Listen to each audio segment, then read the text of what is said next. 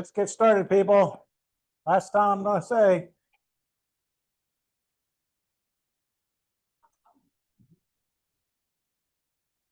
Takes half an hour to get everybody settled down after this. Yeah. How are you doing, Ben? Wonderful, wonderful, wonderful, wonderful, wonderful.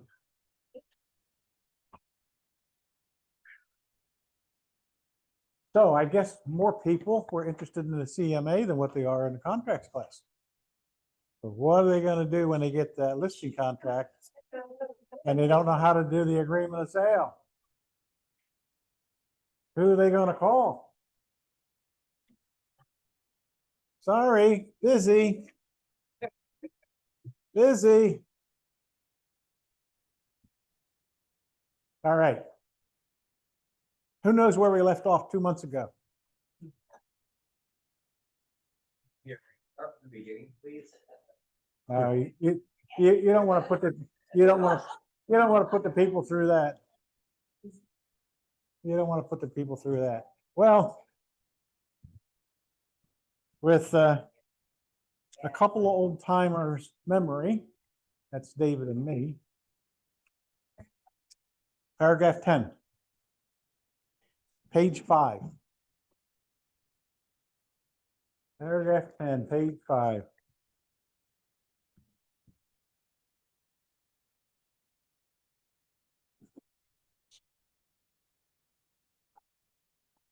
Before we get started, does anyone have any questions?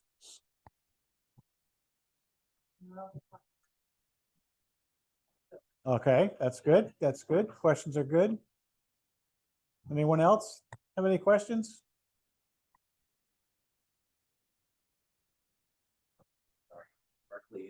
Oh yeah, yeah, absolutely. You got to choose your seats carefully. All right, so let's get into paragraph 10, seller representations. Status of water. Seller represents that the property is served by, and we check off public, community, on-site, none.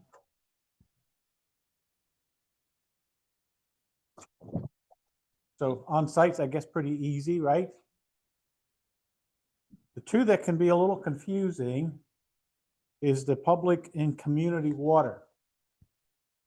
And the reason they are is because a lot of agents and a lot of people think that, for instance, in Penn Estates, that's a community, that's a HOA, and they used to own, Penn Estates used to own their own water company and sewer company, but they sold them out, which most of the communities have sold out to Pennsylvania American Water.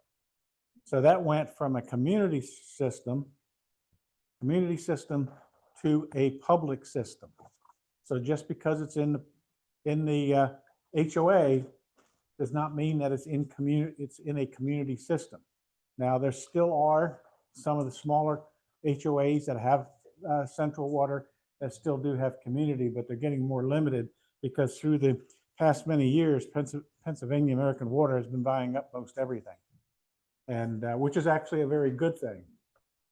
So the reason two reasons I bring it to you. One obviously is to be accurate, but the other reason, if you check off community water, and now the appraiser gets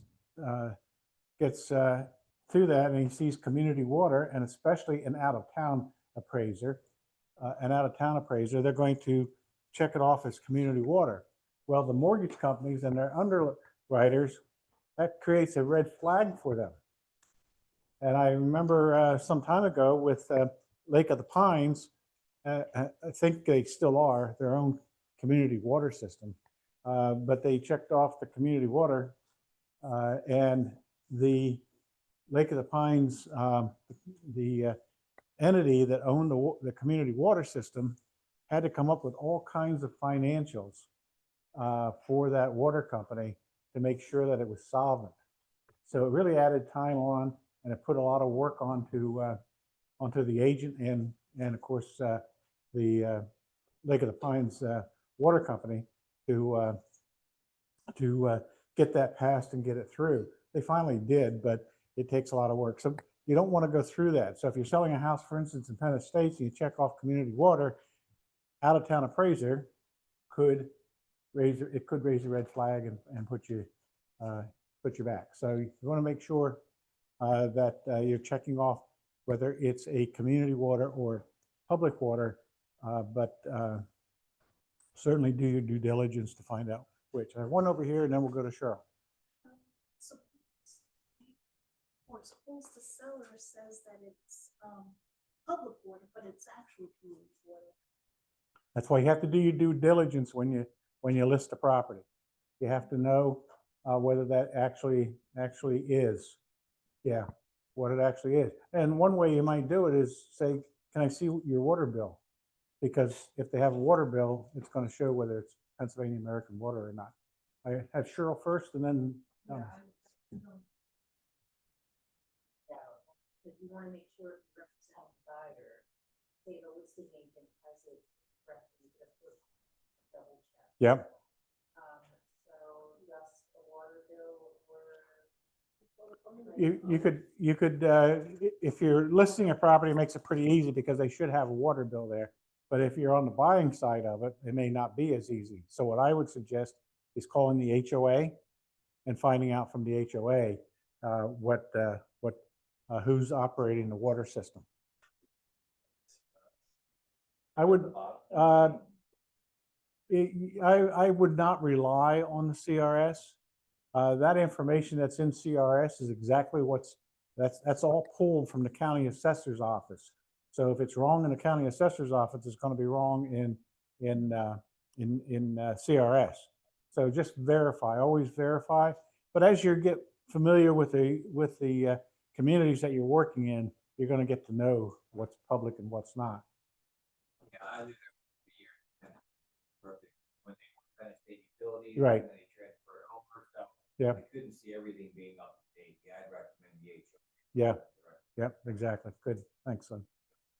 Any other questions?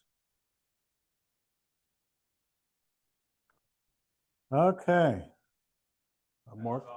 What do you do when it's a shared well? Do you write it in the spot, shared well? That's a very good point, Mark. If it is a shared well, I would do it in the blank spot that it's a shared well. That's a shared well.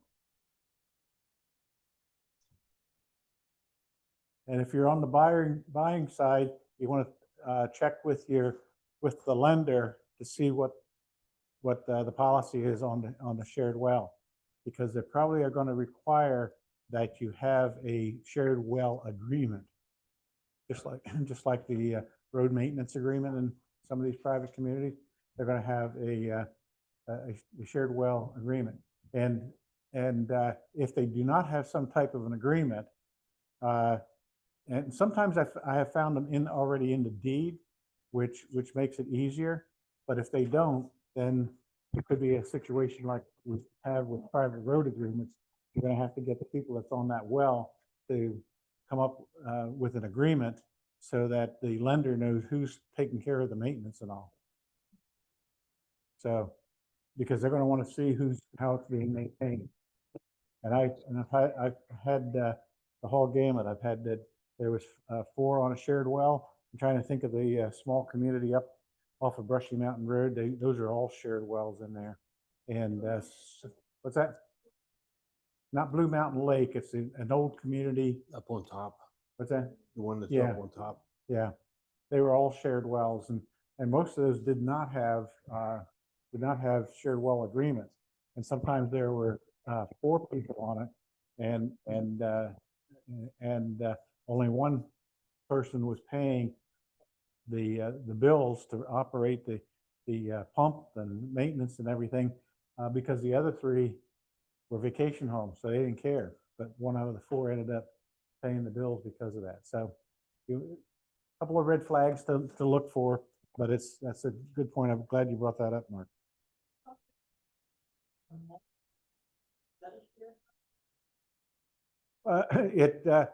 A mobile home in a mobile home park you're talking about, that I would consider a community system. Is it shared? Yeah, it is shared, but it's a community system. Yep. Because that's going to be included in their monthly lot lease. Yep. Any other questions on the water? All right, status of sewer. Public sewer, community sewerage, 10-acre permit exemption, individual on-lot disposal, sewage notice number 1. We have lots of options here, don't we? Don't check them all. So public sewer is pretty easy. Again, but you want to watch your communities, but most of them are public in the larger communities now. But it could be community. 10-acre permit exemption. See sewage notice number 2. In Monroe County, probably Lackawanna County, probably, or Northampton County, all those counties that are bordering us, you're not going to find the 10-acre exemption. That 10-acre exemption was created for the central northern tier of our state, where we have lots and lots of wide open land, and there they were able to get a 10-acre exemption, meaning that if you had 10 acres, you didn't have to go through any type of testing or anything. You could put in any type of system, but don't get bogged down on it. We don't have it here, so it's not one that you're going to check. So if we look at individual on-lot sewage disposal system, see sewage notice number 1.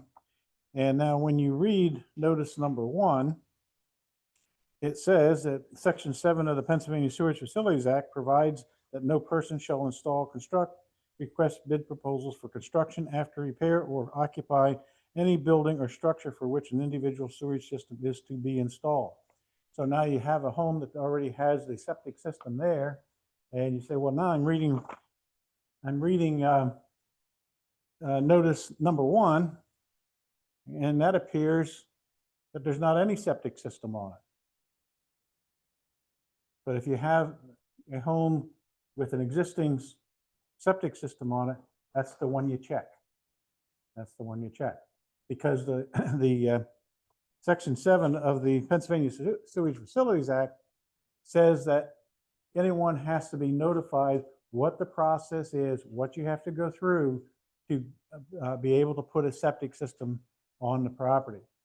And the reason for it is the current system could go bad, and they're giving you notice of what the process is if that system does go bad and what you have to go through. Questions? We're seeing more and more septic problems, and we're going to continue to see more and more septic problems because the on-site septic systems we have, a lot of them are running out of their life. They were not, even the big sand mound systems you see, they were not built to last forever. So they're running out of their life, and that's why we're seeing more and more septic problems. So, go ahead, Glenn. Do they tend to run out of their life based upon the septic system itself, or really the ground that it goes into? Does that have a limit? The ground does not have a the ground under the sand mound doesn't have a time limit. The sand mound is what's going to fail on it, and that will come from oversaturation, but it also can come from how the homeowner is maintaining the system. So that could enter into it. But again, all of them are going to fail at some point, and as we get into the older, we're going to see, and we definitely are seeing more septic problems now than what we did even a couple of years ago. I think because people are not educated in what goes in, dry grease, white grease. Yep. All these things that people flush, they come from a place that they don't have that. Yeah. So, Yeah. or whatever. You get people that come from the city and they flush everything down the toilet, the kids and all. So they don't understand what you can and what you can't put into the septic system. And that really is a big cost. I'm just have a house now under contract. The guy's lived there well, probably more than 20 years, but he hasn't had the septic system pumped in 20 years. And so it's working fine. It's just him and another person sometimes in the house, a very big house, but couldn't understand why I've never had a pump. I never had needed to have a pump. Well, you can't say, well, everything's working good, so I don't have to pump it, because what happened to him when they opened it up, what happened to him is solids got into the drain field because the tank got full, and then some solids went into the pumping tank. That was a problem also, because it got so much sludge in that pumping tank that it burned out the pump for the pumping tank, but it also sent solids into the drain field. Now, that is an easy one to, fairly easy one to take care of, but that's how you can ruin it. The other big one is grease. That one will kill the drain field real quick. Now, that can be remedied also if that happens. But what happens is the grease goes out of the drain field, and the small holes that are drilled in that PVC pipe that the water goes down into the ground with, the grease, as we all know, gels up when it's cold, and then those little holes are all filled up with grease. Again, companies do take care of that, but it's all maintenance. So it's all maintenance. System will last longer if you maintain it, obviously. Holding tank. So you notice number 3. I see sometimes on agreements of sale that, and even listings in the MLS, I see sometimes they have checked off holding tank. And where the agents are getting confused is they think the septic tank is a holding tank, and that is not the case. Holding tanks are only allowed on short-term use. For instance, if central sewerage is going through and you're building a house on a lot, central sewerage lines are being constructed. That lot that you're selling does not have the line hooked up to it yet. There, the municipality will normally allow and give a permit for a holding tank. That holding tank is just a concrete tank, and it has to be pumped every several days, depending on the number of people in the house, but they allow you to do it as a temporary. So that's the only time holding tanks. They're really not for long-term use.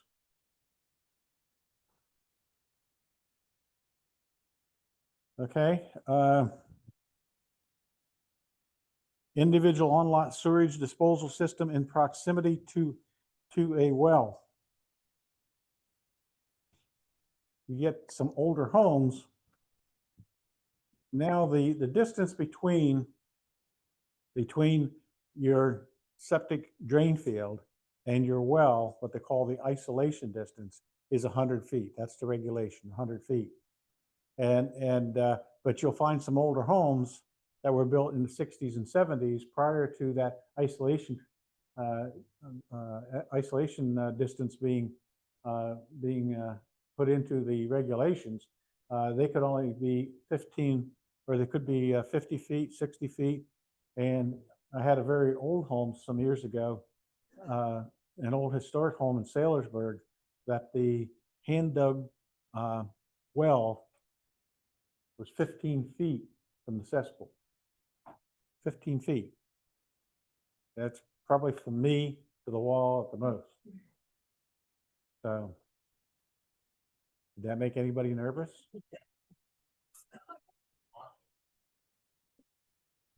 So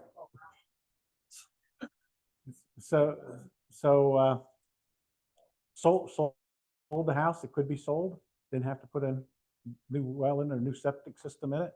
But the owner did have an ultraviolet light on the system. And it also had an alarm if that bacteria came up. So that's how it was. That's the older home. Maybe at some point they put a well in it. I don't know, but we sold it that way with it being 15 feet apart. Don't make them like they used to. That's right. Don't make them like they used to. I also had one, and that's why knowledge is power. I had one out in Broadheadsville. House was built in the mid 60s, and the well was in the house. And I just saw a house the other day with the same thing. What sometimes happened was they drill a well right close to the house, and then they would put a porch or something over top of it. But there's a lot of them you would see that they literally were built up. They were in the basement. The well's in the basement. So I had one that was that situation. I think it was only 60 to 65 feet from the cesspool.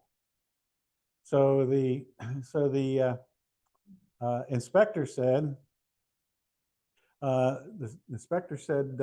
that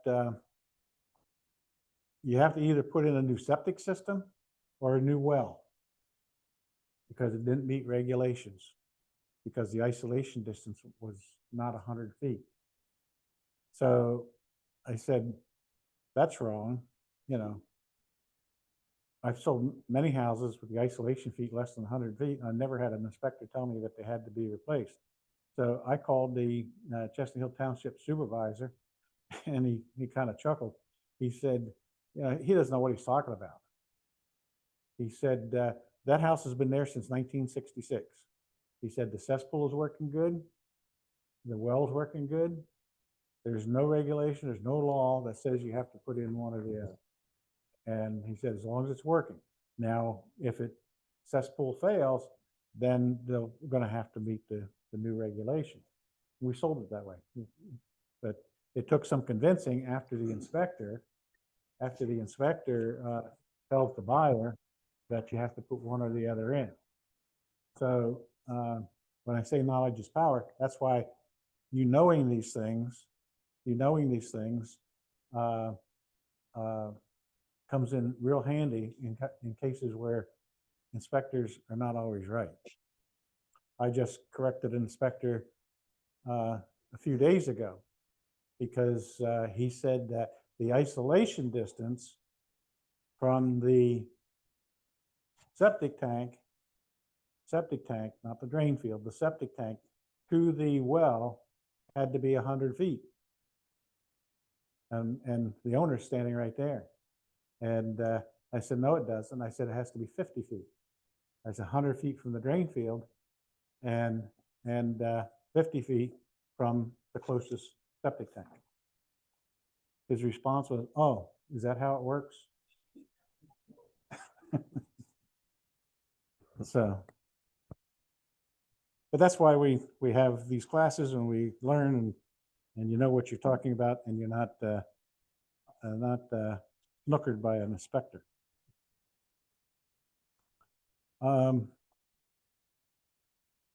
And then, of course, for a house, I am not sure that you would ever check off none or none available permit limitations in effect. So permit limitations in effect, that could come into play, not so much on a resale home and the home's already built, but you have to be cautious on that with vacant lots. In Mount Pocono some years ago, the sewage treatment plant was at its capacity. So there were still a lot of vacant lots left in Mount Pocono and then off the Pine Hill area. And so sellers were trying to sell there. You had to be cautious on that, because unless the owner of that lot was paying for an EDU, that's how they gauge the billing on their septic bill, on your sewage bill. if they weren't paying for it and there was no EDU allotted for that lot, the lot was unsaleable because they wouldn't allow you to put a holding tank in because they had no idea when the septic or the sewage treatment plant was going to be expanded. And so there were lots up there that we could not sell for several years actually because there was no sewage capacity available, even though the sewage lines ran right past the lot. So things for you to watch. Any other thing on that, David? No, I mean, the thing with the only thing going back for the holding tank, I sold a cabin last year. It was right on the Bushgill Creek. And it was right backed up against, it had like half an acre or more, but it was backed up against like a ridge line, and it was all stone and everything. And that had a cesspool originally, and the cesspool failed, and they were allowed to put in a holding tank. And it was, I don't know, thousands of gallons. They put in a huge holding tank, and they only have to have it pumped a couple times a year, but it's like a vacation home, a weekend home. There's no washer and dryer there or anything, but so that's a permanent fix for that particular situation, but that's going to be very rare, but that it could be a possibility. Yeah, that's a good example because if there is a dwelling house on the property and the septic system fails and you're on a small lot, and in this case, the restriction on that was the fact that the creek was right there. But if the house is built and the septic fails, they have to allow you to put some type of system in. So it's not like, well, the septic system failed. There's no place to put a new septic system. So now the house is inhabitable. That's not the case. They have to allow you to do it. It's just a matter of cost. But that's a perfect example of that's what they did in that case. So it just made a lot of, because I'm sure the limitations were they could not put a drain field close or far enough away from the waterway to be able to accommodate the regulations. Somebody have a question? Case where you have not a septic system, but you have a Cesspool? can you open this cesspool into something? Or I had a situation that the house had a cesspool. Actually, situation was house up in Henryville had a cesspool to it. The house burned down.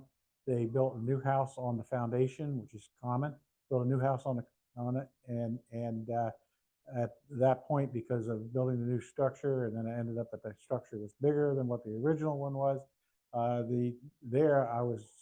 haven't seen it. I'd never seen it before, but the municipality allowed the owner to use the cesspool, but they had to put in a drain field. So instead of having your concrete septic tank, it went, the cesspool was used instead of that, and they made them put in a drain field. So yeah, there can be alterations like that. There can be alterations like but the other one and talking about cesspools, if a house has a cesspool, I would check the bottom box there in the blank line and put in cesspool. Put in cesspool. You get houses back in I would say prior to 1970, if the seller can't prove to you that they actually have a septic system in it, I would default to a cesspool. Nobody's been sued for selling a house with a cesspool and it ended up having a septic system. But people have been sued for selling a house that was supposed to have a septic system and it ended up being a cesspool. So that's why I always play safe. Mr. Homeowner, can you show me where the or what do you have for a cesspool or septic system? I have a septic system. Do you have paperwork and permits to show to me that you've got a septic system? And if they can't, then I'm going to default to cesspool. I'm going to default to cesspool. Because like I said, there's been many cases where agents and brokers and homeowners have been sued because they found out that it was an old malfunctioning cesspool, and they were told in the listing, and it was represented that it had a septic system with a drain field and all. Drain field and all. The other one, and this one is not that uncommon either, is where you have public sewer. And the house was built back in any of the houses here, even in Stroudsburg. And you know that the sewage line goes right past the house. Don't assume that that house is hooked up to that sewer line. Because there's cases where they're not. There's cases where they're not. So not that prevalent, but again, due diligence is key. So you want to make sure that it's hooked up to the septic sewage system. I think, David, did you have a situation with a lot that was not that far from a sewer line? Yeah, there were, ended up under contract with a lot up behind Aldi's, Northgate? Northgate. And, you know, it was checked on the listing that it was public sewer. So we went under contract, and then I called Stroudsburg, I think it's in the borough there, and just to double check, can they get a hookup there? And the guy said, no, the line stops, I don't know, it's like 75 yards or something like that, short of those two lots. And, you know, my buyer's like, well, we'll just get them to extend the line. And I was like, well, not so easy, not so fast, you know. So I called the municipality. They said, you know, that's just not going to happen. I said, can I, you know, I ended up calling the engineer to ask him about it because just, you know, curious, right? And basically, in order to do that, if it were going to happen, it would be, you know, years, if not months, and just tens of thousands of dollars to make that happen, if indeed it were. But there were no plans to extend it, so just like don't count on it. But you know, every place else, there were two lots in that neighborhood, the way I remember it, that won't have a hookup, but everything else is on the public system up there. So who's responsible for paying for that? Would it be the homeowner or the lot owner? They'd have to put a septic system in. Yeah, or if they wanted to hook up, they're going to bear the cost of running the line. Yeah. I had that same situation with natural gas. The municipality was serviced with natural gas, and the owner told me that I'm not hooked up to natural gas, but it's available. And so I thought, well, maybe I better call UGI and find out if it's available. And UGI, in my experience, has been very easy to get a hold of and very easy to talk to. And so the guy said, well, let me look up at the maps. And it was a short street. And he said, no. He said, there's no natural gas there and it's not available. And I said, how would somebody be able to get natural gas? He says, pay for the line to get down to where our line is. But that can be inexpensive. There's you know, there's all kind of things like that. Like I sold a house in it's East Stroudsburg 302 zone, and the cable didn't go up that line. The cable stopped like a few hundred yards away, and you know, the cable company's answer to the homeowner was, if you want to pay to have the line run in to extend it through the whole neighborhood, you could do that, but it was going to be very expensive. So, you know, when I got that lot under contract, great thing to do when you're looking at somebody wants to buy a lot, look up the CRS and see when that lot was sold and how much somebody paid for it, right? Because you'll see sometimes, oh, the lot was bought 6 months ago and they got it for $800, right? So somebody was willing to like dump that lot at a tax sale for some reason, right? And the reason could be that you can't build on it, you know? So if you see a lot that sold recently and that's back on the market, it doesn't mean necessarily there's something wrong with it, but it should be an indication that you need to ask some questions. And I'll tell you, the municipalities are happy to tell you everything they know about a piece Yeah. of property. You give them the tax ID number. You know, people have told me, oh yeah, no problem. I have 3 failed perks on that, on file, right? There's a lot on Metzger Road in Antelope. A guy was trying to sell. He bought it at, you know, sight unseen. He bought it at tax. On paper, it looks like a beautiful, beautiful neighborhood, Flat. great lot. Was Nice it- and flat on the map on your desk, you know? Yeah, with- Nice flat lot. yeah. And so he got it for $800, right? But I called the township and they're like, oh yeah, there's a spring right in the middle of it. Unbuildable. You know, there's a water source right there. So you know, you see something like that, just call the municipality and ask them if they have any records on it, you know? It can be very helpful. Yeah, To your point, David, and you also check, look at the utilities in general, all utilities, including the electric, because there are, even in town, with PPL and Med Ed, that there are some lots, as strange as you would seem or assume that they have power to. Not all have power to, because they were vacant for so long and for a tract on a deed that was empty, and PPL has certain sides of the road they run on, Med Ed has certain sides of the road they run on. And in this case, up on Scanningbrook,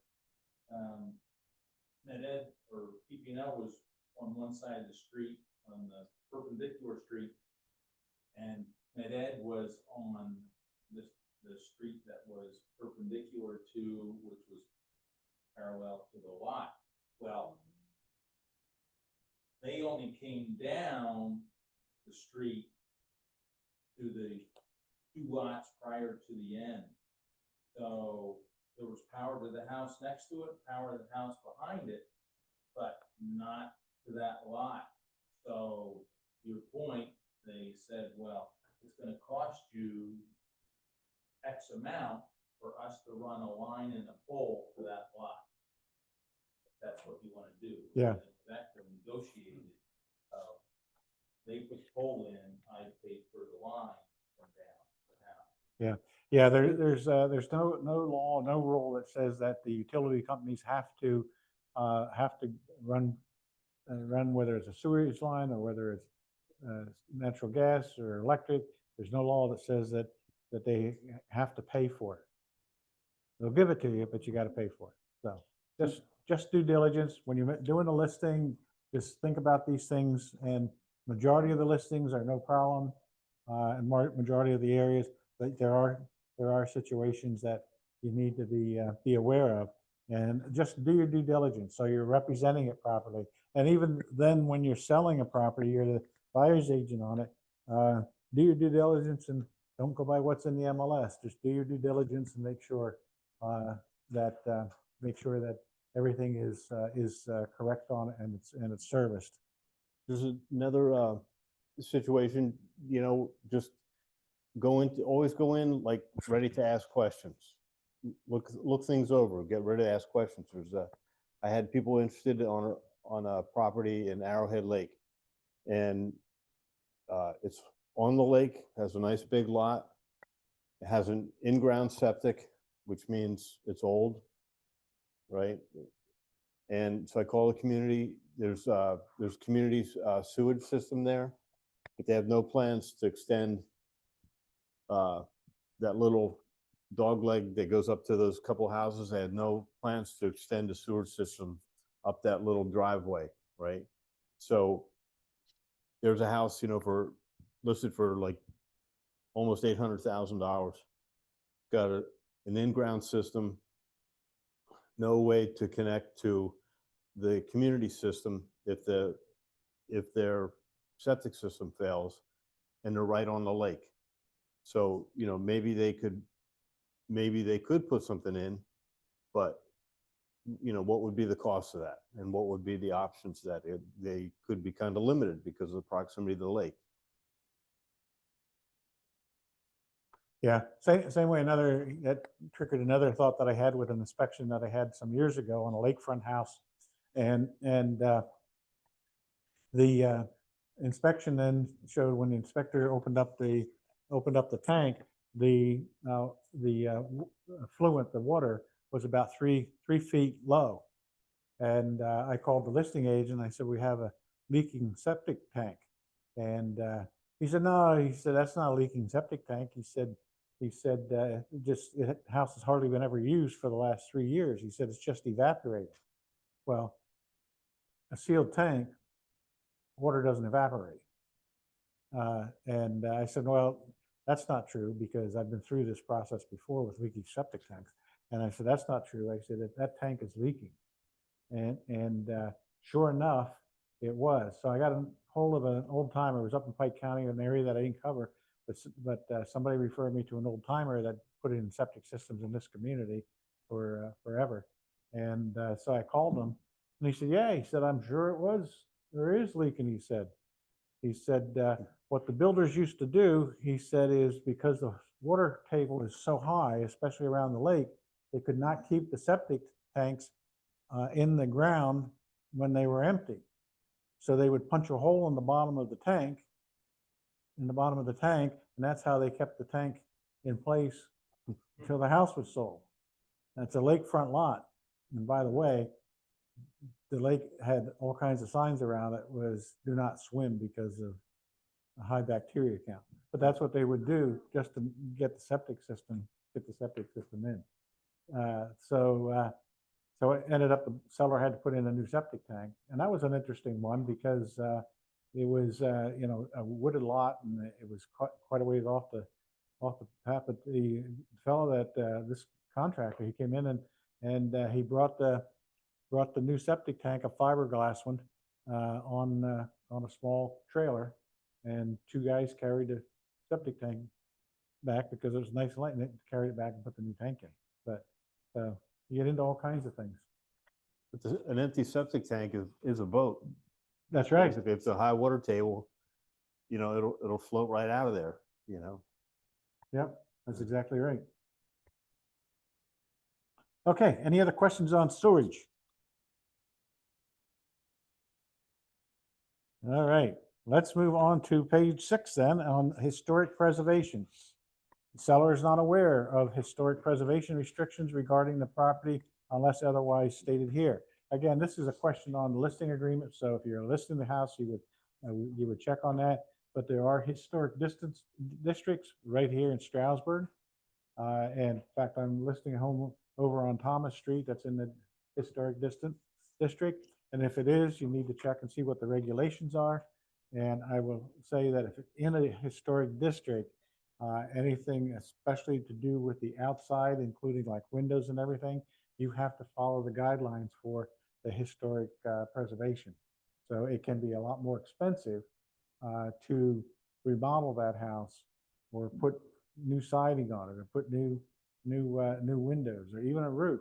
It can be very much more expensive to do it because you got to meet the historic preservation. So if you're selling it to somebody that's not familiar with historic preservation and the rules behind that, they could have an awful big surprise when they wanted to go do something. So you want to bring that to the attention of a buyer. There would be a situation where if I get a list and I go to the house, and will I ever expect to be historical, like in the MLS, historical property, go there and go follow the guidelines to try and sell a house historical, but they've made exterior changes that, how do you handle something like that? I would check with the municipality again and see whether there were permits gotten for that.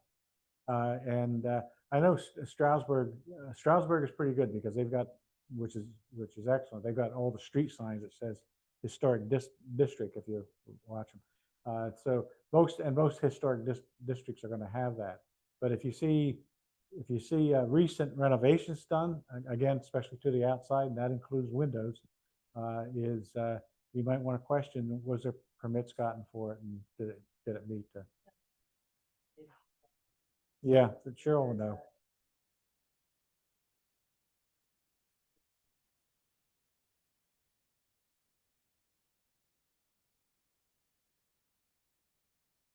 I'm sure they are. Yeah, I'm sure they are. You know what I mean? Not very common. As far as renovations being made, and did they do it to the code? Being like an agent being surprised. I will tell you, and Cheryl can tell you better than I can, the historical committee is pretty observant as to what's going on in those historic districts. Am I wrong by saying that, Cheryl? I am wrong, or I'm not wrong? No, anytime anyone has to do anything in that area, somebody's going to notice if they're trying to do something that they're not supposed to do. Yeah. Neighbors will tell. And people being people and committees being committees, they can be a little bit, have different personalities and be some are stricter than others. My good friend lives in Muncie, Pennsylvania, in a historic district, and he took the shutters off of his house to paint them.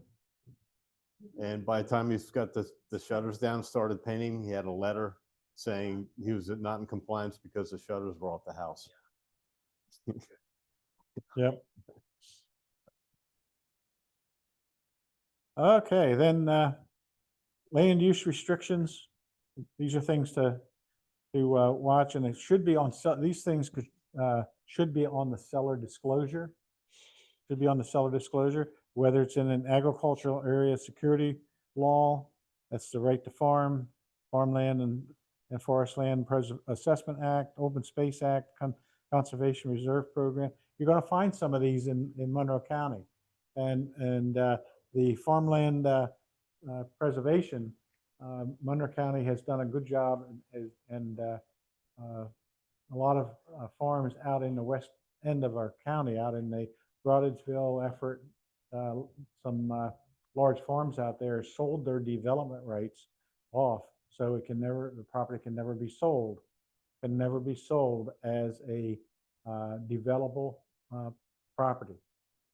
So if you, again, if you're going on a listing and you're listing a tract of land, and when I say a tract of land, it would be, a sizable piece, not a 5 acre or 10 acre.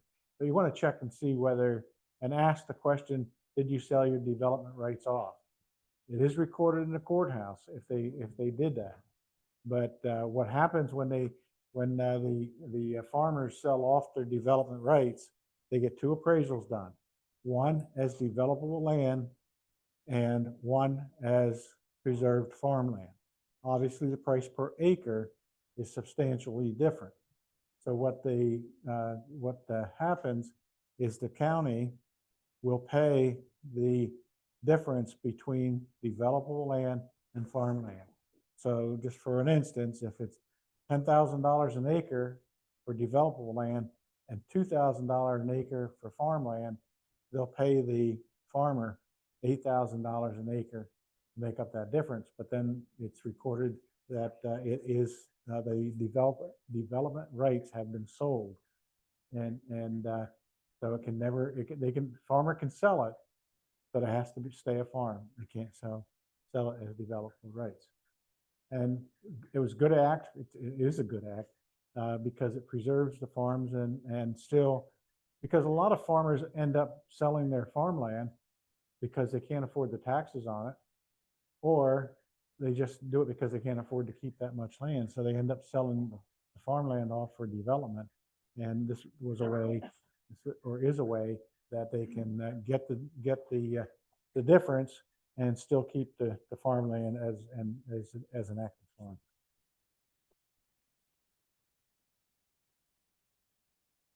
farm. Open Space Act. And I think we'll get to, yeah, clean and green, farmland, forest land, clean and green.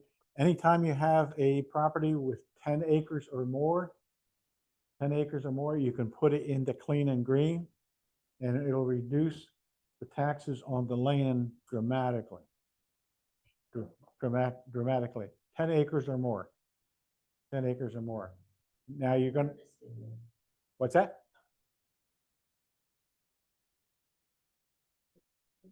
Yep. Yeah, what happens is if you have 10 acres or more, you can put it into clean and green. They're going to reduce the taxes. If you have just a 10-acre parcel, you probably reduce the taxes on the land probably down to $100 or thereabouts. Drastically reduces them. If you have a dwelling on it, they're still going to assess the dwelling as it is, but they reduce it.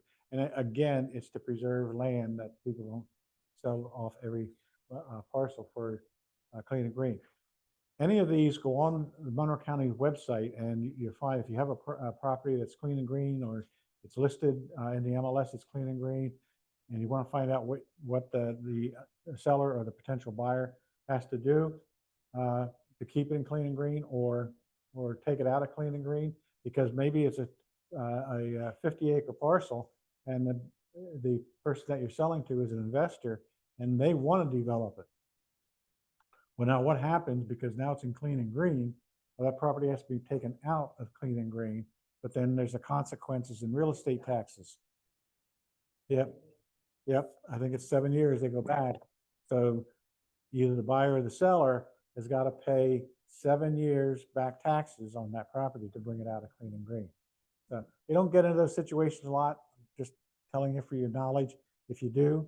But if you have a question about clean and green, go to the website. They have some, Monroe County's website. They have some good information, what you got to do, and so forth. A few years ago, I sold a tract of 33 acres, no buildings on it, was in a clean and green. And so the buyer on it went to the county to find out, because he wanted to build a house on it. So the county said that you can leave it in clean and green, and you only have to take out an acre of the land, and you can take out an acre of that land and take it out of the clean and green without penalty. Take it out of the clean and green, and you can build your house. And then he asked about a barn, and the rule is you could, unless it's changed, but that's not been many years ago. The rule is that you can put a house and one other building on it, not a house, but a barn, or a garage, or something like that. You can put on it, and that's what he did. He left it in clean and green. Most of it was big open fields out in the West End.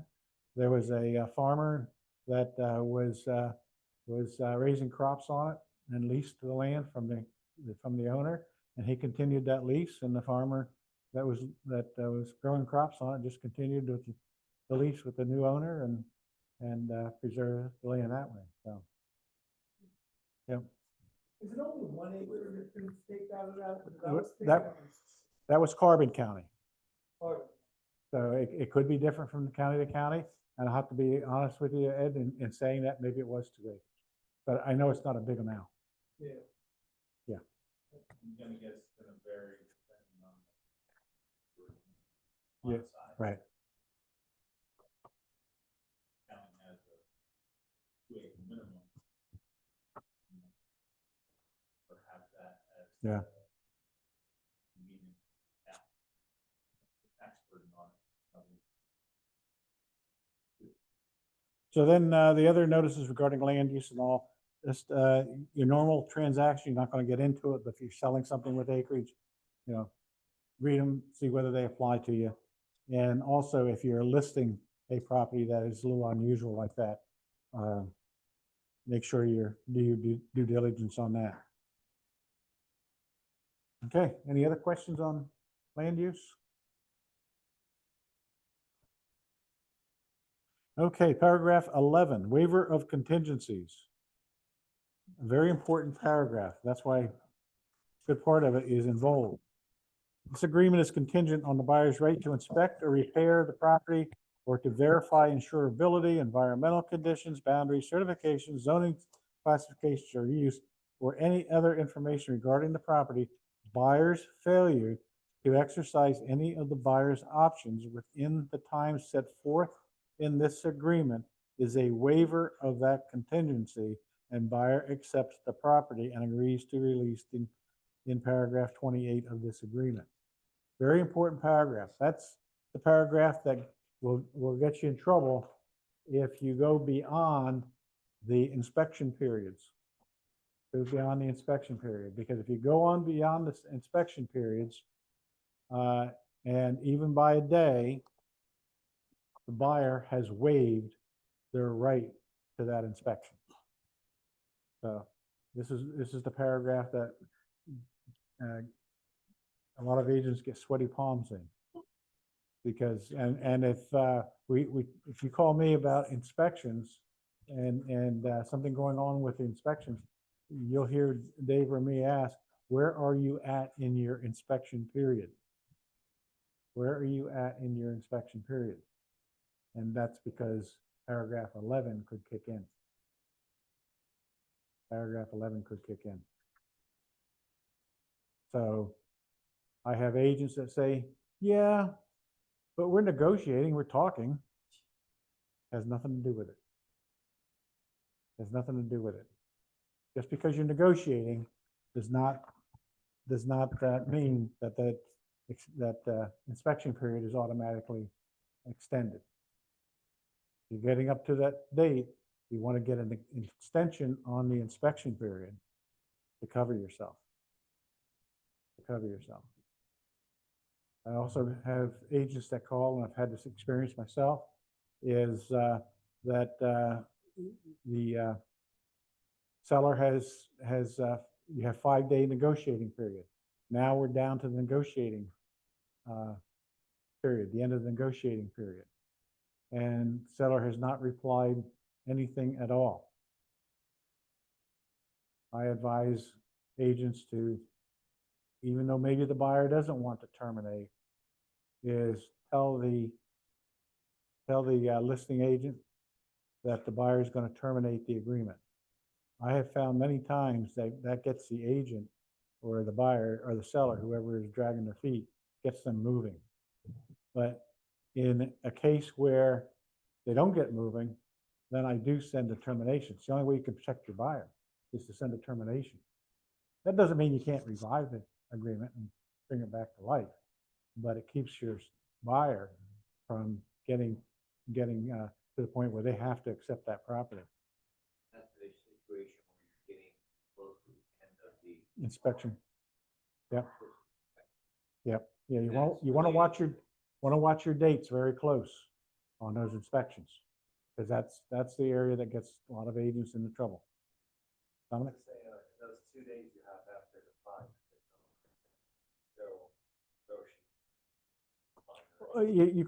You could still negotiate it, but you need to have an answer. Yeah. So if you're getting beyond, just to backstep a bit, Dominic, if you're getting to the end of that 2-day period, or you're in that 2-day period, I would not be negotiating. I would say, okay, either we're going to extend the negotiating period or we're going to terminate, or the seller's going to say, well, I'll do this and I'll agree with it. But because buyers only got 2 days to make up their mind whether they're going to buy it as is or they're going to terminate. And that's why you don't want that 2-day window to get away, and now they end up having to buy it because they didn't terminate. I had something where the seller wasn't responding and got to that 2-day agreement. And told my buyer, like, we countered offered something, like credit, and I told her, I was like, listen, if you really want this house, say that you will accept his last counter offer, see if that works. We wound up getting an answer. We're almost on that second day. It was like right at midnight. Yeah. I was, saying that they accepted. Yeah. I was like, Yep. yeah, it was last minute, but. Yeah. You got to be careful on them. The eighth, 2 after. Right.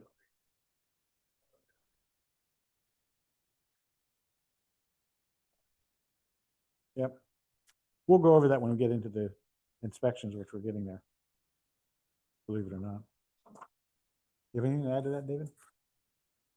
No, we'll take it a step at a time. Like, Okay. You want to start on 12 then? Sure. Buyers due diligence to inspections. Yeah, actually, I do have something to add. Back here, buyer's failure to exercise. That could mean they elected, but then they didn't do it. Just Mhm. because they elected, they still have to do it, right? Now, so just to reiterate what that's, the ramification of that, they have to exercise that right in order for it to be effective. So paragraph 12, buyer's due diligence for inspections, the rights and responsibilities.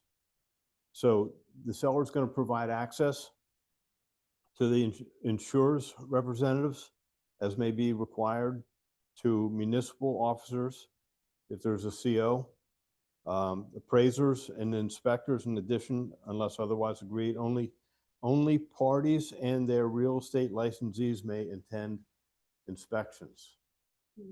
Who are the parties in the agreement? The buyers and the sellers. Uncle Jimmy, not a party, right? So you'll see people show up with family members because they want to look through the house and everything. The seller has the right to exercise the limit how many people, or like not how many people, but who goes into the house, right? So it's in the contract. The buyers have agreed that only parties and the real estate licensees may attend the inspections, along with the inspector, of course.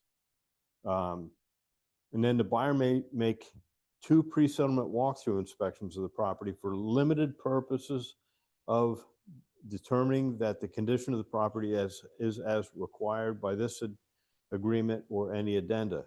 Buyer's right to these inspections is not waived by any other provision of this agreement. So if the buyers go through and they waive all these inspections that are listed here, they still get 2 pre-settlement walkthroughs.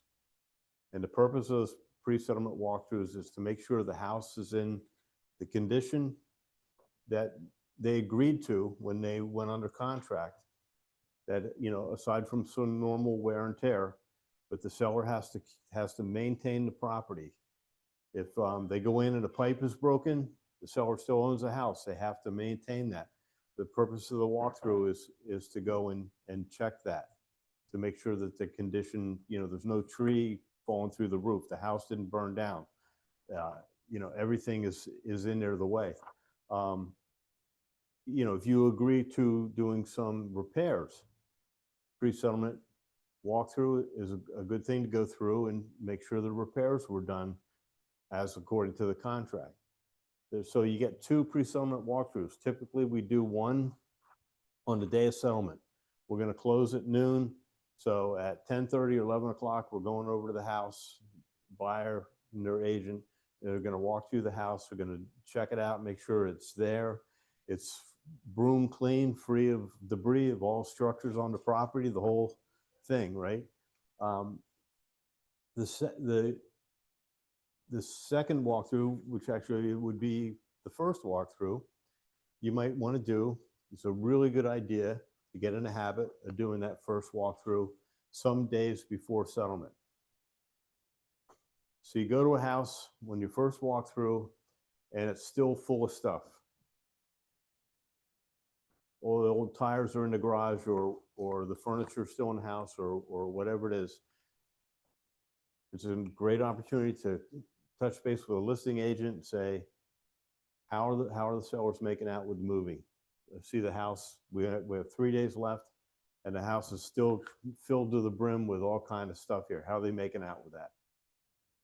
It's a lot easier to handle that 3 or 4 days before closing than it is 20 minutes before closing. So keep that in mind. They have that right to do that. And they are not included. They are not part of the home inspection things. These are pre-settlement walkthrough inspections. Did you, us. Or you can ask the for even for inspection, for anything to happen. They will write something that can say that the condition of the house, behind access or so much water. yeah, I mean, you'll see it in inspection reports.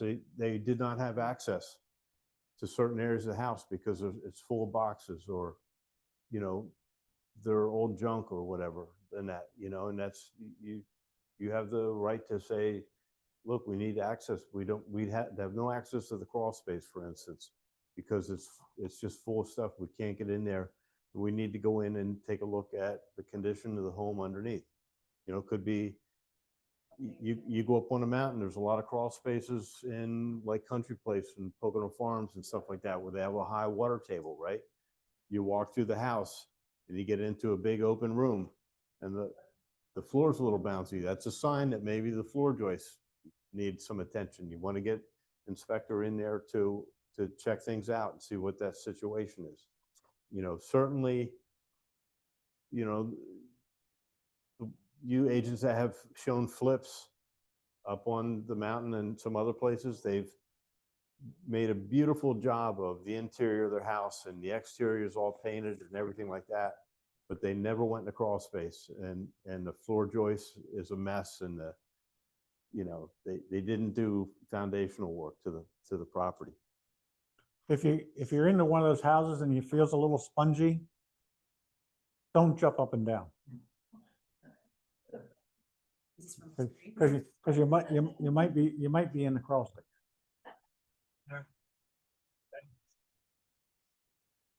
Yeah.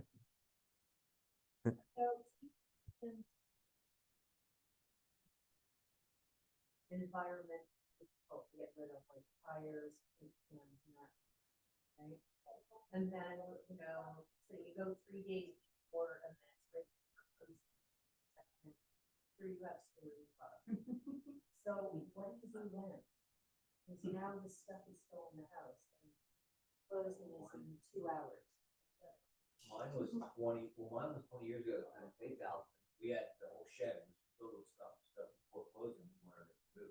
We actually, and the hot water heater, we closed on the house. And I went there by myself, that I worked remote at the time, and I went there and the hot water, there was no hot water, so I couldn't take a shower or and then the shed was filled with junk still. I guess I just had to, if I remember correctly, I just had to work it out, kind of push it towards the Yeah. edge of it. Then they came, removed it, you know, it was kind of quick, they did it, but then hot water heater was replaced and all that. Yeah. Yeah. Our fault for not- Stick, fire.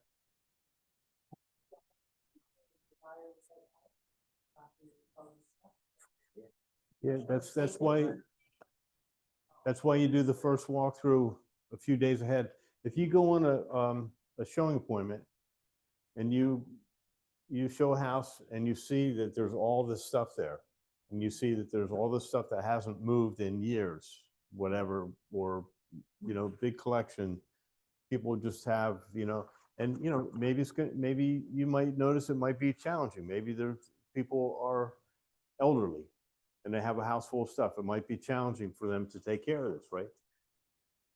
But again, you know, if you do a walkthrough 5 days ahead of time, and that's all that stuff is still there, it hasn't moved an inch in the last 30 days, time to call the listing agent and say, this is going to be a problem on closing day. You know, we're closing on Monday. What are you going to, you know, what's your guy going to do? Right? Because, you know, you just, Yeah.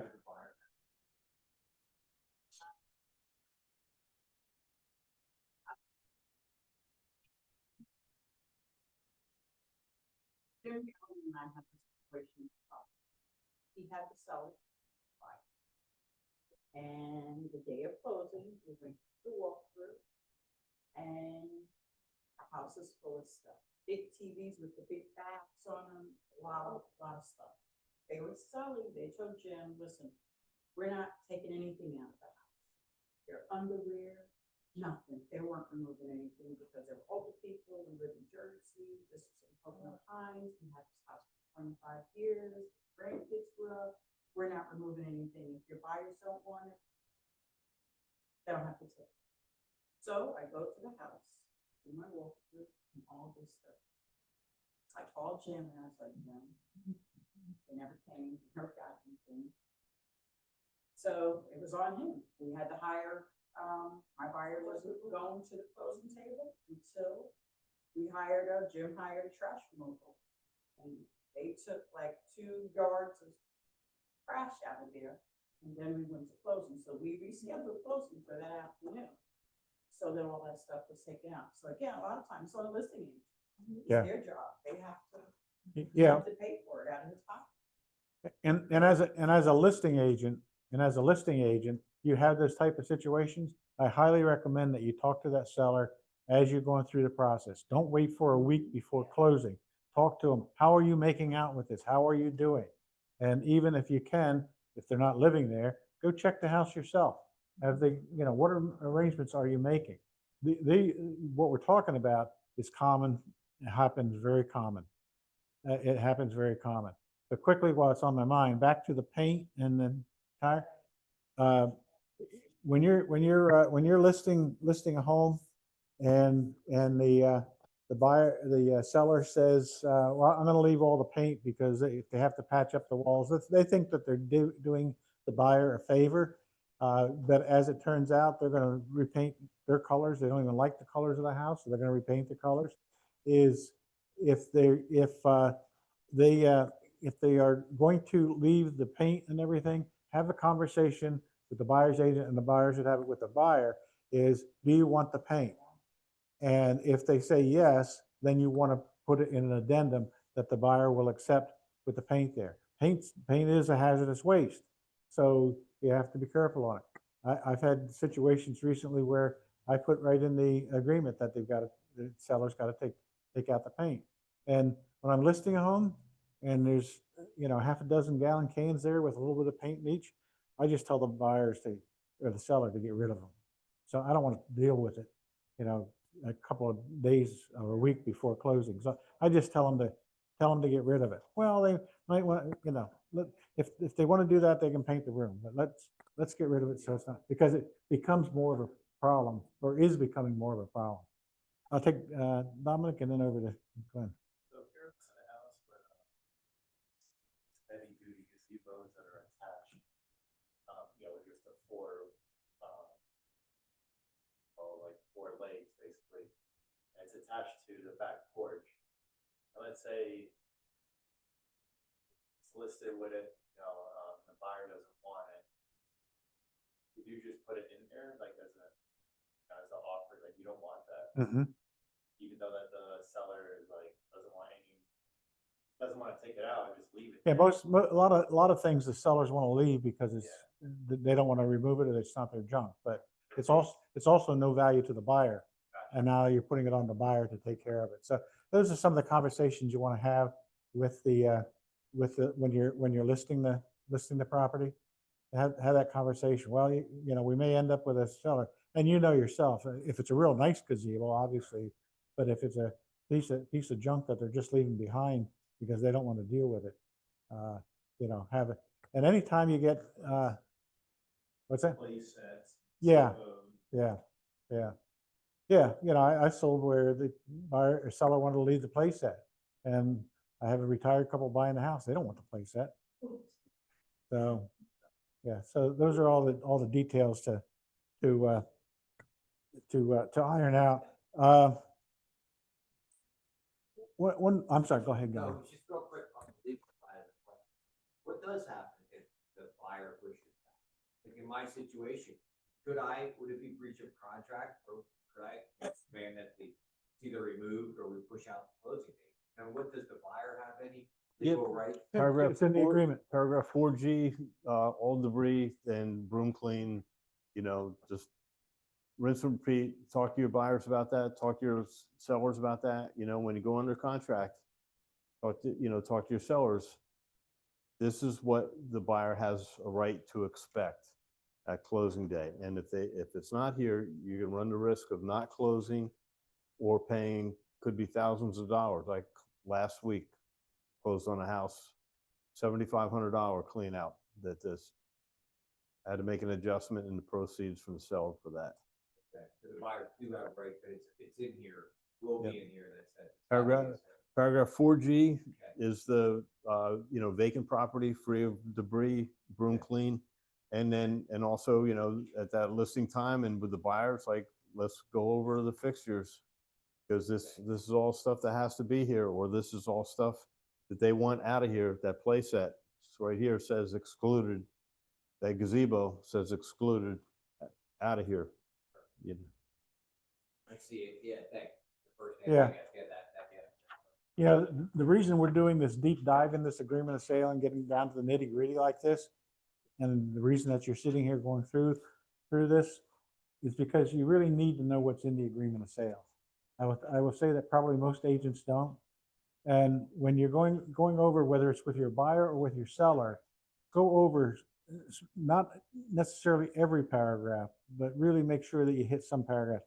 And this paragraph 12 here is one that you can have the most challenges with.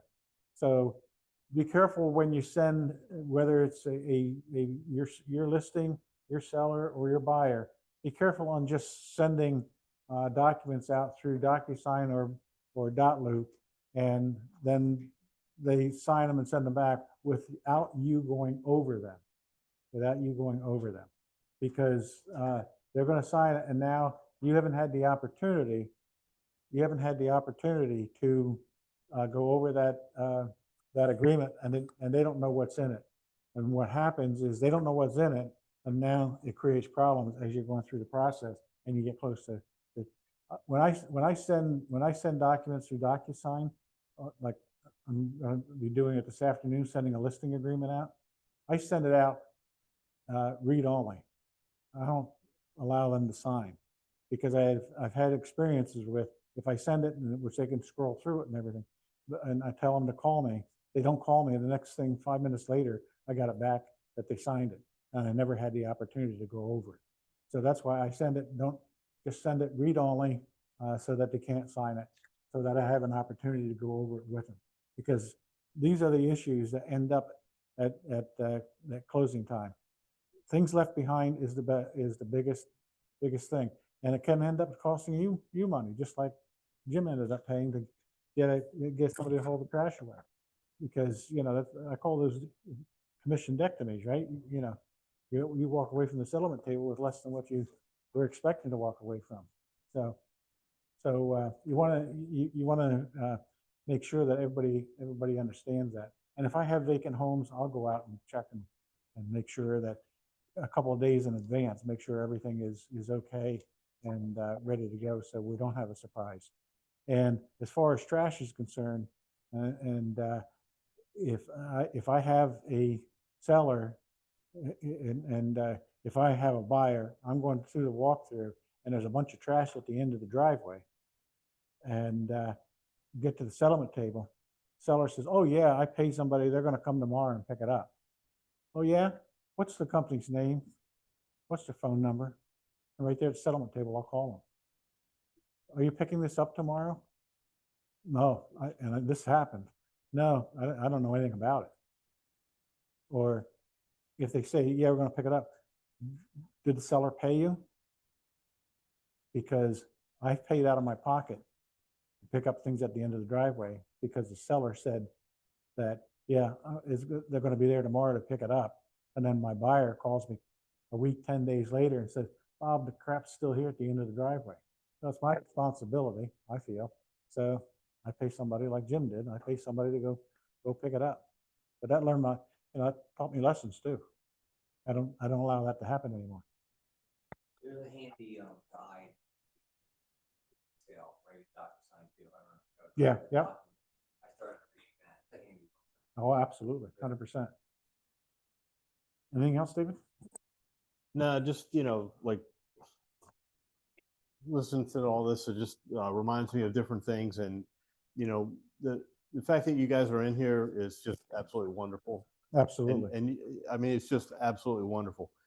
you won't, you don't even know how wonderful it is until you're at a closing table and you know things that the other people don't, and you're protecting your client when the other person is trying to tell you some nonsense to get one over on you, and you know better, and you can stand up for yourself. You know, sometimes people will call, they'll just ask for a little reassurance, but they know the contract, and you know the good feeling that that gives you, and the power that gives you to protect your client, and by the way, protect your commission, is just wait. It's wonderful. Yeah. Yeah. And even when you know it good, sometimes you can correct an attorney at the closing table. And I always enjoy that Yeah. because they don't know what's in the agreement sale. Yeah, that was one of my all-time favorite. I didn't want to go tell the story, but I am anyway. But that was one of my all-time favorite days in real estate, where I sold a house, and that the buyer of that house is now a buyer on a property we're going to close on Monday, you know, from years ago. But we showed up for the walkthrough, and there was more stuff, more garbage bags, more junk there than there had been previously. And that was going to be an issue that, you know, for my buyer. And the seller showed up, and they brought an attorney with them. There was no mention of an attorney before, but they brought an attorney with them. And so, you know, said, look, this is going to be a problem. We need to have this house cleaned out as the, you know, a contract. And the attorney goes, this house is being sold as is, and that's the end of it. And I said, well, it might be sold as is in the condition, but you know, it's full of junk. Then the junk has to be gone. And he threw the contract across the table at me, and he goes, you show me where it says that. And I was just like, oh yeah, piece of cake. Let me just show you here. And I pointed to it, and you know, and the sellers had to pay, you know, I think it was like back then it was only $800 or something, but the sellers paid for the clean out, you know, and man, that was a great feeling. Yeah, because you know, there's days when you don't know the answer, and that's not a good feeling. But the days when you win, it's a wonderful thing. Yeah, there's a lot of attorneys out there that do not know this agreement as well as you know it.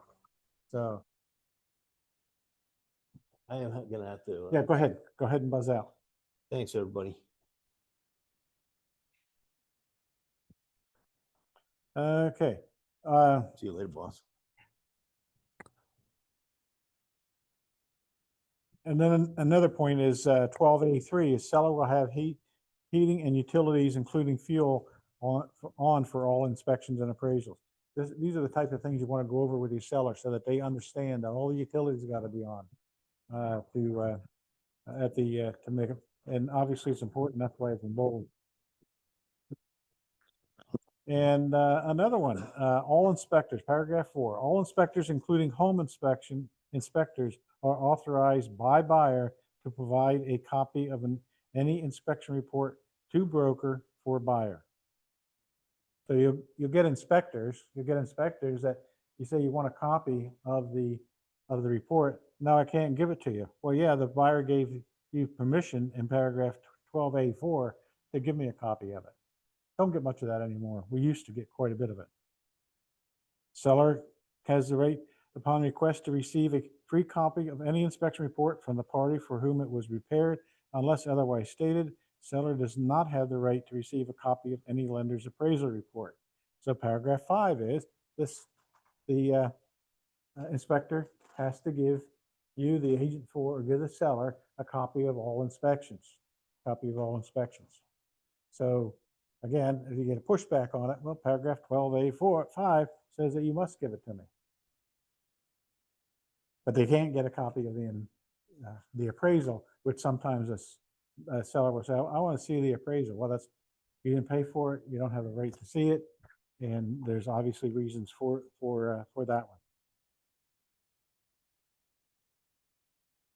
And then B, buyer waives or elects at buyer's expense to have the following inspection certifications and so forth done. That's what we have listed below. For elected inspections, buyer will, with in the contingency period stated in paragraph 13A, complete inspections, eh, eh, obtain any inspection reports or results referred to as report, and accept the property, terminate this agreement, or submit a written corrective proposal to seller. We'll go over that more as we get into that. All right. Then we get down to the election, elected or waiving. Home property inspection, you can read what's in there that it covers. Again, does not hurt to make sure that the buyer or seller reads that so they understand what's being done. And same way with the wood infestation and deed restrictions and zoning. I don't think we're seeing as much of it now because we're not getting as many multiple offers, but we are still seeing that buyers are waiving inspections. And I've had sellers say, well, you know, I want the buyer to waive inspections. And I always consult with them. No, you don't want the buyers to waive inspections. You don't want the buyers to waive inspections. Now, 80% of lawsuits in real estate transactions is non-disclosure. And what happens is if a seller says, no, I don't want a buyer to do inspections, you definitely want to talk them out of that, because they are really opening themselves up for liability. And if I were a buyer, I'd say, well, what are you hiding if you don't want inspections? You don't want inspections. So I'd be very, very cautious on that. And again, if the buyer, even if they're not into multiple offers, some buyers will say, well, I want to make my offer strong, so I'm going to waive the inspections. Talk to them, advise them not to. We do have a form for that you're advising them not to waive the inspections. But, you know, we're seeing more and more lawsuits because buyers did not get inspections. And now they move in, and now they find something wrong, and they want to blame the seller for non-disclosure, even if it's something the seller may have not known, but they want to blame the seller for non-disclosure. And they're coming back on real estate agents and brokers for non-disclosure. So one of the things that we're having a problem with now, I've got 3 cases of it, is flip houses.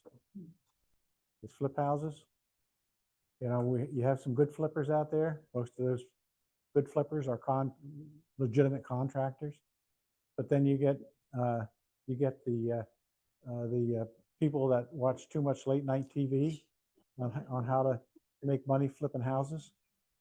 Yeah, and I had one that it's like putting lipstick on a pig.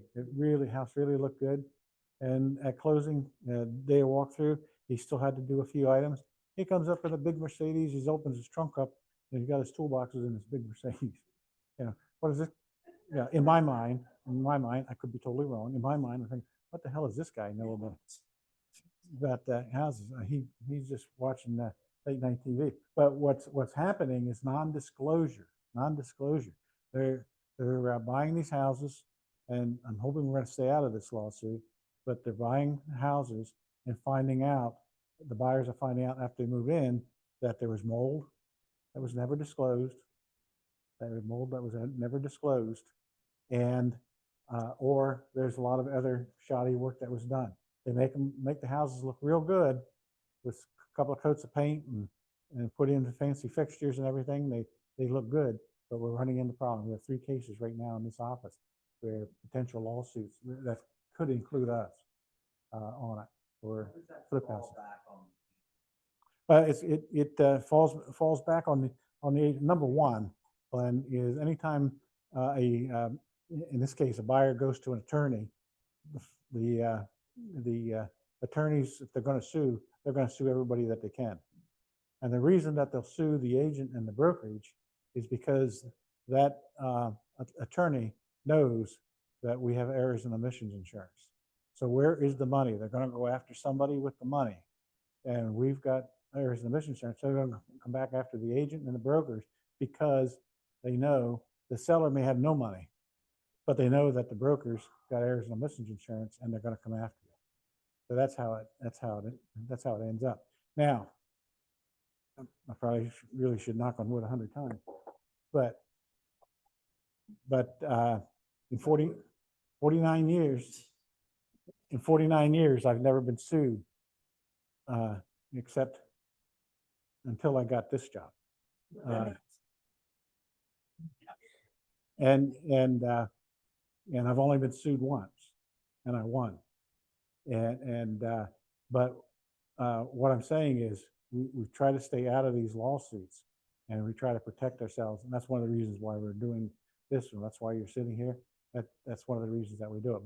But there's lawsuits for this non-disclosure, and in one case, the most serious one is even our agent, quite frankly, didn't give the whole story to me, because I did some more research and found out that yes, this was not a foreclosure. It was an estate sale, and the buyer, now seller, knew that the bi-level home, that the bottom of it was flooded and had serious mold issues. And he put sheetrock back up. Now the people are in the house a little over a year, and now mold's coming out all over. So that's why you got to be careful. And if you're selling a flip house today, after what we're experiencing right now, if you're selling a flip house, make sure your buyer gets an inspector, and get that inspector to look as good as he can to see what is really going on. But again, I don't want to say all flip houses are that way, because we have a lot of good people out there that do it as a business, or they're contractors and they do it right. But people are seeing late night shows where they can make a lot of money flipping houses, and you can do it yourself. So You were saying, make sure that you get the inspections, but that's not gonna prevent a lawsuit for non-disclosure of something done.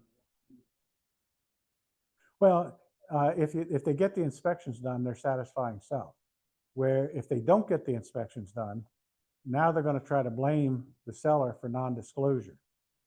And maybe the seller knew it, maybe he didn't, but that's what they're going to go after, because they want to blame somebody, because now they're going to have to come in money out of their pocket to repair the house. So that's why if you get the inspections done, you're in a much better situation. I have some, the contract I showed you the other day, those wording, they did revise it when we made the agreement on the price. The only difference is, this time when I received it, the buyer had waived most of the inspections, which they didn't Right. the last time. I don't know why. I never tried to negotiate a buyer that's on my listing to not have inspections, like lower the price. My sellers have said that. Well, because when we were stuck at a point, Yeah. they said, well, tell them we'll accept that if they waive inspections. And I was like, I think that's a good idea. That's right. They did come up to our price, and when we received the counter back, which I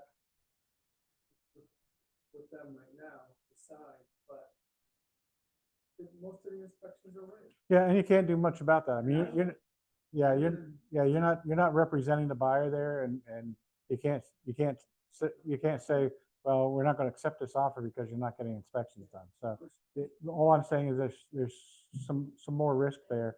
And when a buyer, like your buyer or seller said to you, well, I'll take this offer, but I want them to waive the inspections. And you did the right thing. No, you don't want to do that. You don't want to do that. Yeah, and then I couldn't believe that. I don't know why. Yeah. It's the 15-day period. Yeah. Yeah. I didn't ask. He goes, how come they wait? I didn't ask. No. Nope. So, I've never had that. By the way, I just read an article on this again and going off here a little bit, but I think that's important for you to know. So you have a listing and expires, deal falls apart, transaction falls apart, your listing expires, and the reason it expired is because it had a material defect, such as mold. Has a material defect such as mold. So when we sign the listing agreement, our fiduciary duty is to our seller, right? And our fiduciary duty is for loyalty and confidentiality. So now the transaction falls apart because of inspections, and in particular mold. And now you see the house come back on the market, comes back on the market in the same exact state that you say that you had it, and it says nothing about mold. And the question is, can you call that other agent and tell them about the problem that you know is there with mold? Can you and should you call them and tell them that agent? Did he? What's that? Okay, it's ethical. But what about confidentiality? You have confidentiality too.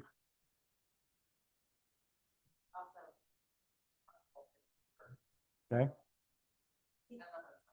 If you're looking at the value, information about how to use it to negotiate. Yes. Yeah. If you know that there's something wrong with it, can you use it to negotiate? Absolutely. Yeah. So you're saying if you represent seller, your listing expired, they relisted the newer agent. Yep. Correct?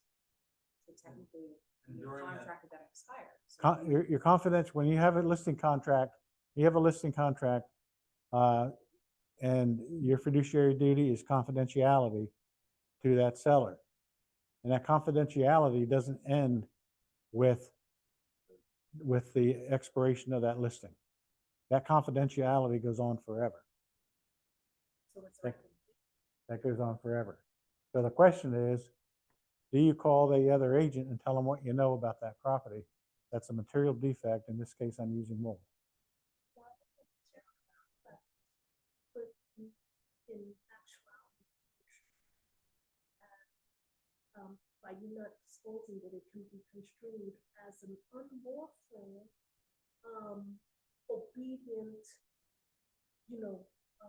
thing. So you must disclose it if it's a material defect. And when you speak to your seller and you took the listing and you explained, the fiduciary responsibility that you have to the seller, you must tell them that if a material defect comes about, you must disclose, because if you tell them not to disclose it, that's an unlawful instruction. And would you take the listing if they say, well, I'm not listing you, if you're going to disclose, I'm not listing with you?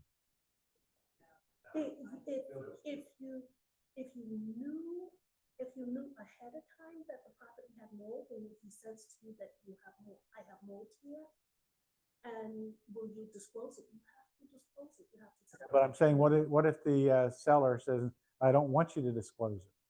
That's unlawful.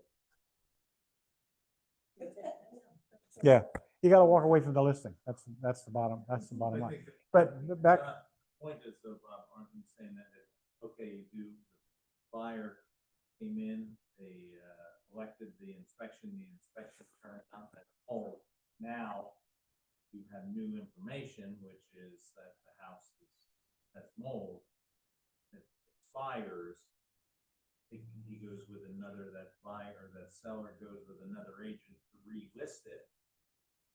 And you notice that the disclosure does not include mold, which you know does because of the inspection. And maybe he corrected it, but it's nowhere in there was it, you're saying was listed as having and corrected it's not there, I think you still have a responsibility to reach out to the listing agent to say, you're missing a, I noticed that you're missing a disclosure on here. Now, if you had no idea, you know. Yep. We can't report it. Right. If you do. Yeah, so the answer is, I'm glad you're all saying the same thing. The answer is yes, if it's a material defect, you have to notify that agent, because confidentiality does not pertain to material defects. That's not confidentiality. Their financial situation is, but not that. So you do need to disclose it. So do need to disclose it. Yeah, I had one. Is Linda coming with the hook? The do you want to keep running that around?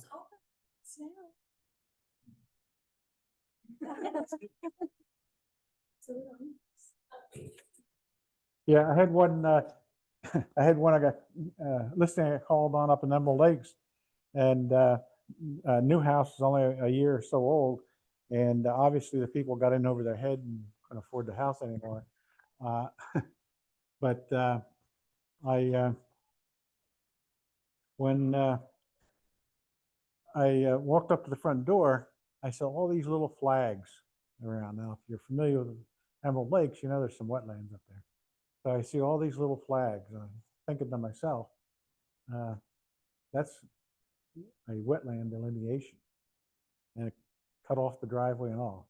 And that's a wetland delineation. So I asked the seller, I said, you know what all those little flags are?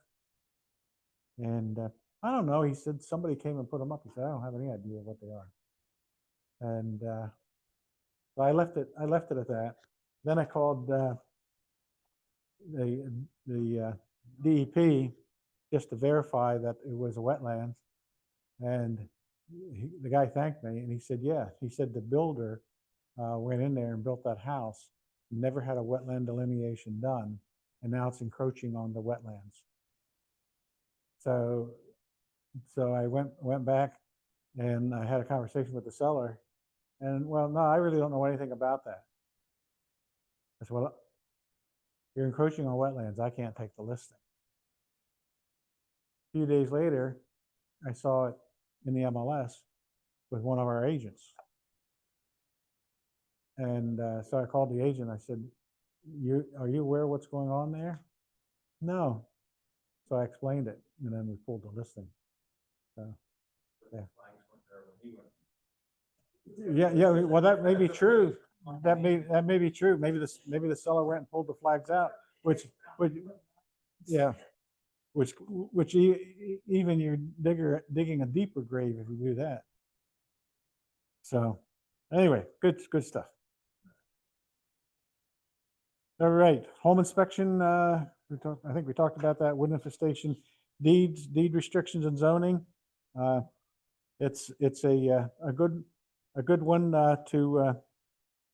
It's a good one to elect and make sure what the restrictions are. And are we all familiar what deed restrictions are? Deed restrictions are.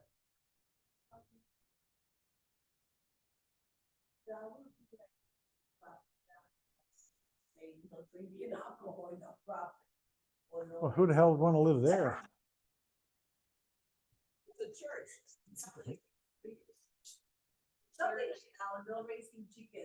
Yeah, well, you're hitting on it. You're hitting on it. Yeah, deed restrictions came around. We don't see them as much now with the new subdivisions.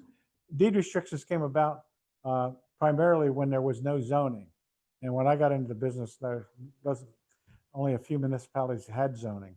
So what developers did is they would put deed restrictions in there, and one of them, common one, was no chickens, no pigs, no that type, no junk cars was another popular one, no unlicensed vehicles, and so forth. But they could be very, very detailed. Cobble Creek, you look at one of those deeds, they have a lot of deed restrictions in there because the original developer was very, very clear what he wanted. His deed restrictions, which doesn't apply now, his deed restrictions said you could not have any man-made materials such as vinyl siding. It had to all be natural.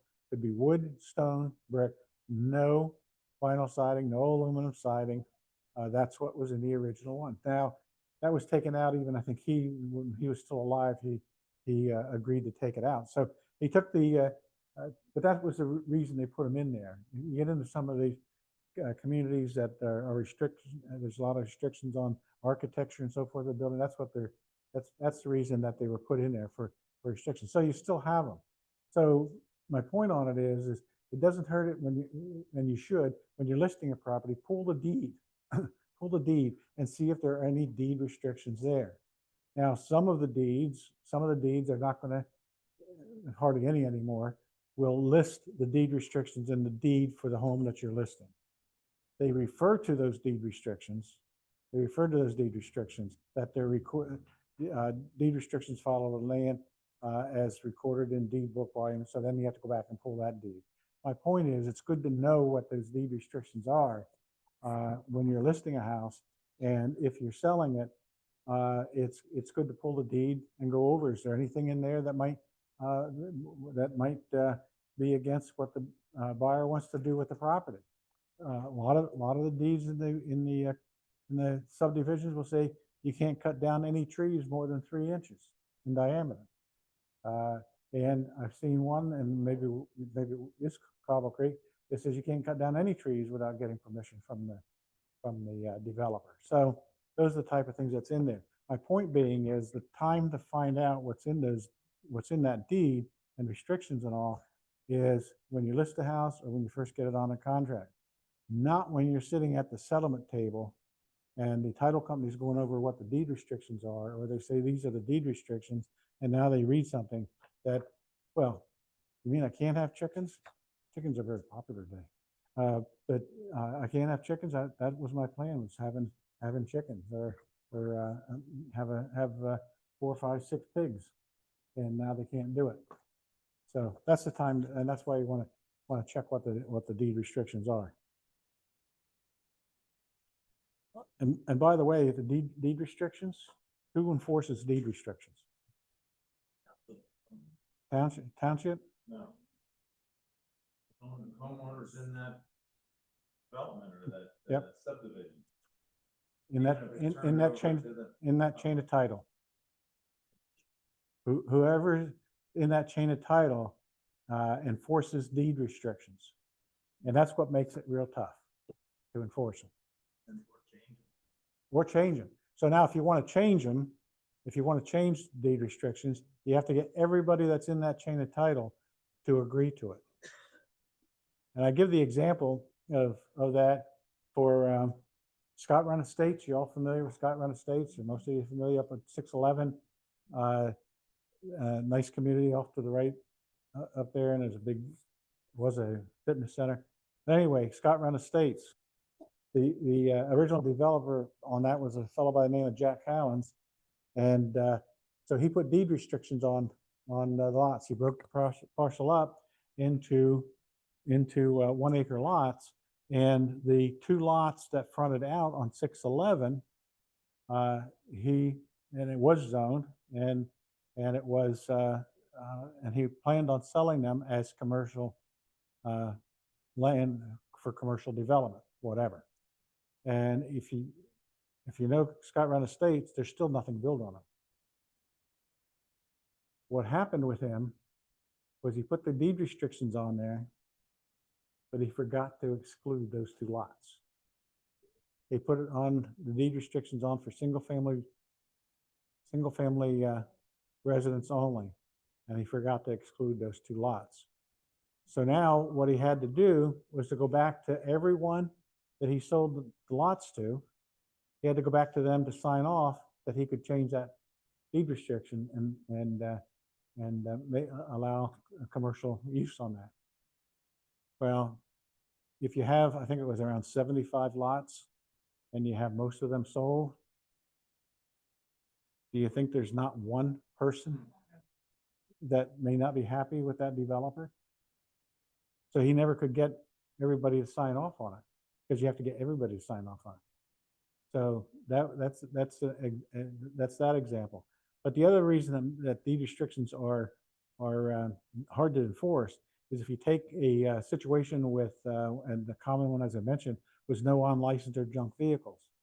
And now you have a homeowner there that has a junk vehicle in their driveway and no license plate on it. It sits there for a long time, maybe a couple of years. And so one of the neighbors goes, say, we need to get after this guy to get rid of this junk car. And one of the neighbors said, well, I don't want to make waves. He's a nice guy, nice family. I don't want to make waves. So they don't want to enforce the deed restrictions because they don't want to upset this guy. So then the next guy, the next home, gets a junk car. Now you can't enforce the second person if you don't enforce the first person. So you see what happens is a domino effect. So now all of a sudden these deed restrictions don't mean a whole lot because nobody's enforcing them, because nobody wants to upset the neighbors. So do you recommend elect? Yeah, I do. Yeah, just in case there's some zingers in there that they can't do something if they want. All right, any other questions? All right, appreciate you all coming. Very good, thank you. Yes.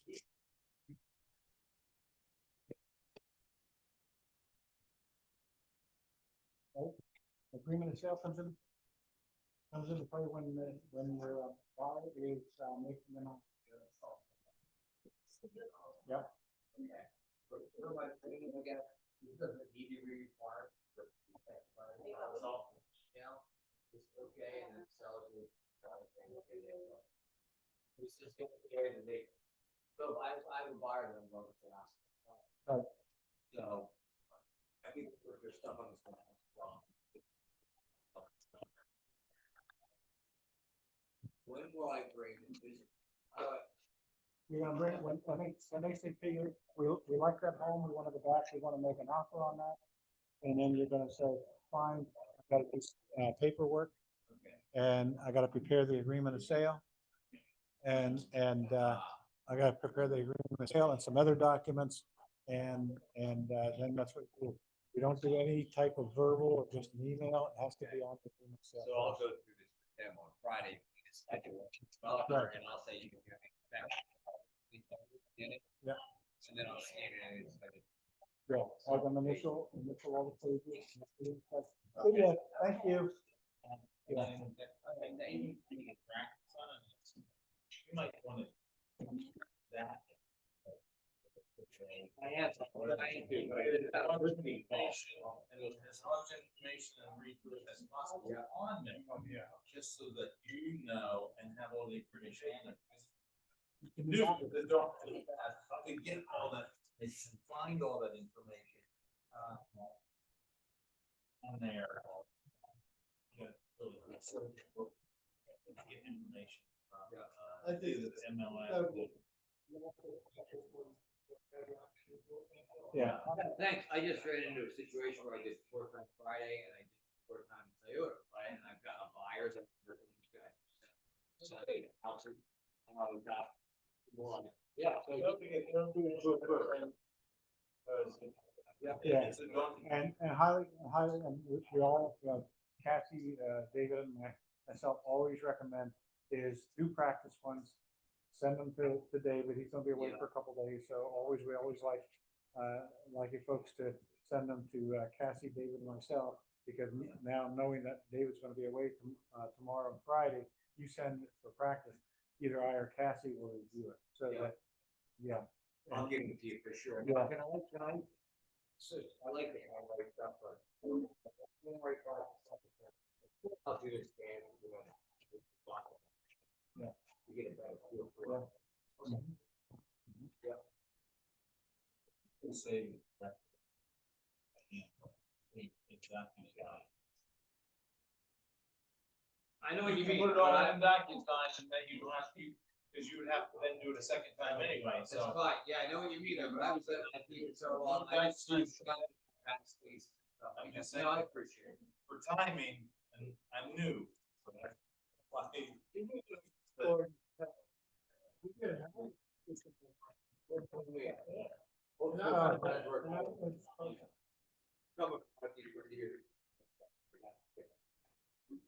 And don't forget, you gotta do some closure. Yep, exactly. Yeah, no, I was just a document, but I just got it today, but it's not, so I got a buyer and a listing. But it is true, to save time in the future, you want to do everything. Because, you know, the DocuSign or down this is so easy to make things.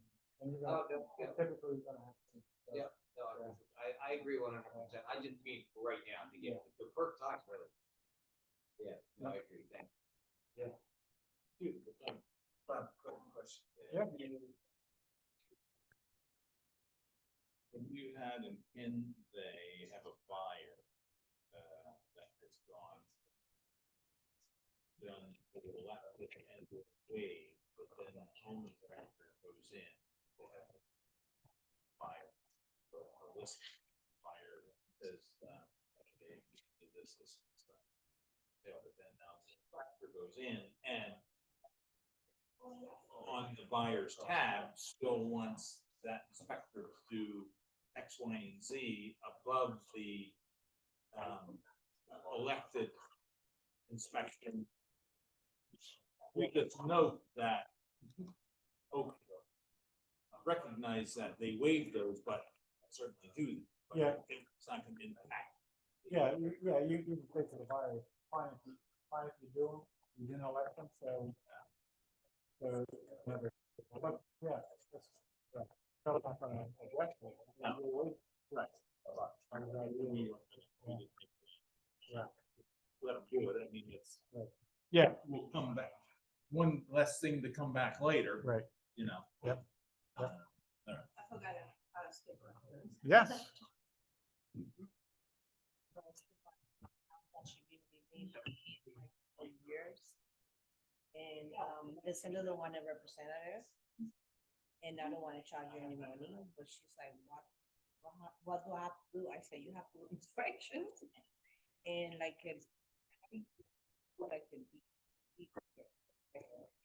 well, you have to get a title from the deal. can she pay her own? Can I be the transaction person? Yeah, Flat But fee? I don't want you to do it for free. No, for a transaction fee. Because there's liability, whether you get paid or the company gets paid or not, there's still liability there and you can be sued because you prepared it. So we have to collect some type of fee for it. You know, but, yeah, if I'm, And it was in the middle of it, but for liability reasons, you go under contract, you are now insured more than what Yeah. you would be if you do it on your own, just helping her. You know. Yeah. Without- So it's better to, oh, yeah, I mean, yeah,